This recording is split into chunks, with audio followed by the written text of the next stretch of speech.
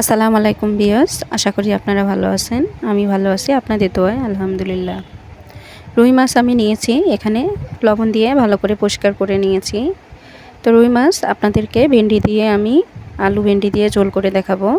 তো ভেন্ডি এইভাবে আমি কেটে রেখেছি ধুয়ে, আলু ধুয়ে কেটেছি, আর মরিচ পেঁয়াজ আমি একসঙ্গে ব্লেন্ডার করে নিয়েছি।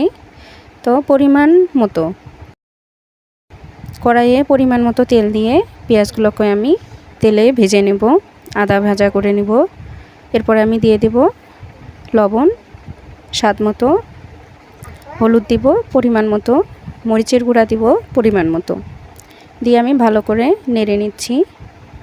তো আমি একটু পানি দিয়ে ভালো করে কষিয়ে নেব মশলাগুলো। তো আমি মশলাগুলোকে এইভাবে কষিয়ে নেই তেলের মধ্যে, সবসময় চেষ্টা করবেন তরকারির কালার আসার জন্য, তাহলে তরকারির কালারটা অনেক সুন্দর হয়। আর আগে পানি দিলে পেঁয়াজের মধ্যে, পরে মশলা অ্যাড করলে তরকারির কালারটা অন্যরকম হয়।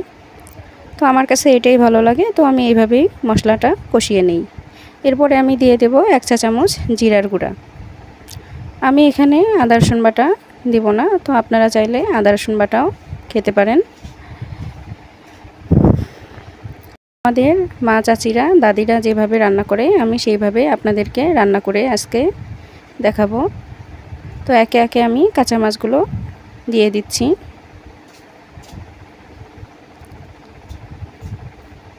তো আমি এইভাবে মশলাগুলো দিয়ে কাঁচা মাছটা একটু, মাছের গা থেকে যে পানিটা থাকে এটা শুকিয়ে যাবে, আমি একটু কষিয়ে নেব মশলার সঙ্গে।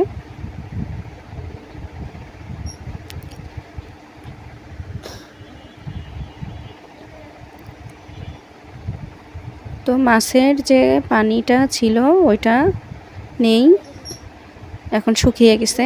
আমি দিয়ে দেব আলু কেটে রেখেছি, ভেন্ডি, ওগুলো আমি এখন দিয়ে দেব। কিছুক্ষণ আমি ভেন্ডি আলুগুলা মাছের সঙ্গে রাখবো।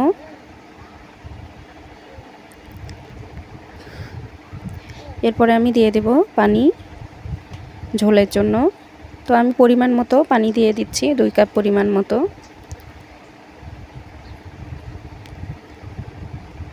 তো আপনারা ভুনা খাইলে কম পানি দিবেন, আর ঝোল খালে এরকম একটু পানি দিয়ে নেবেন।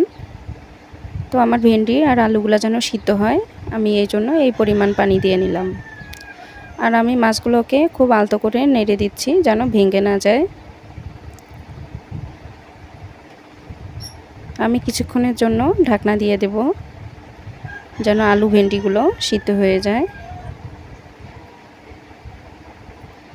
তো আমার এই রেসিপি আপনাদের যদি ভালো লাগে অবশ্যই আমাকে লাইক করবেন আর কমেন্ট করে বলবেন কেমন হয়েছে দেখতে।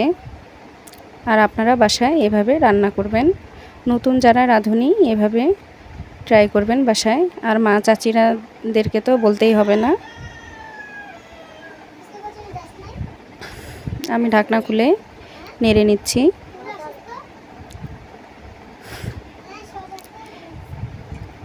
আমার মাছ রান্না মোটামুটি হয়ে গেছে।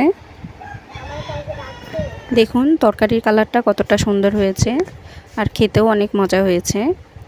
তো আমি ঝোল বেশি টানাবো না, এরকম ঝোল রাখবো। তো এখন আমি দিয়ে দেব ধনেপাতা কুচি।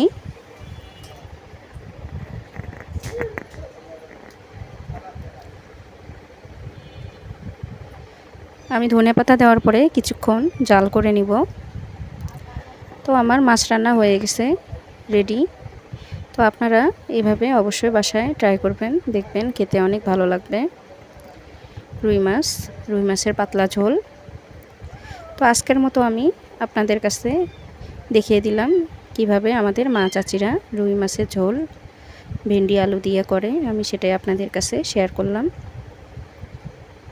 আমার এই রেসিপি ভালো লাগলে অবশ্যই আমার পাশে থাকবেন, লাইক করবেন, সাবস্ক্রাইব করবেন। আজকের মতো এখানেই বিদায় নিচ্ছি। আল্লাহ হাফেজ।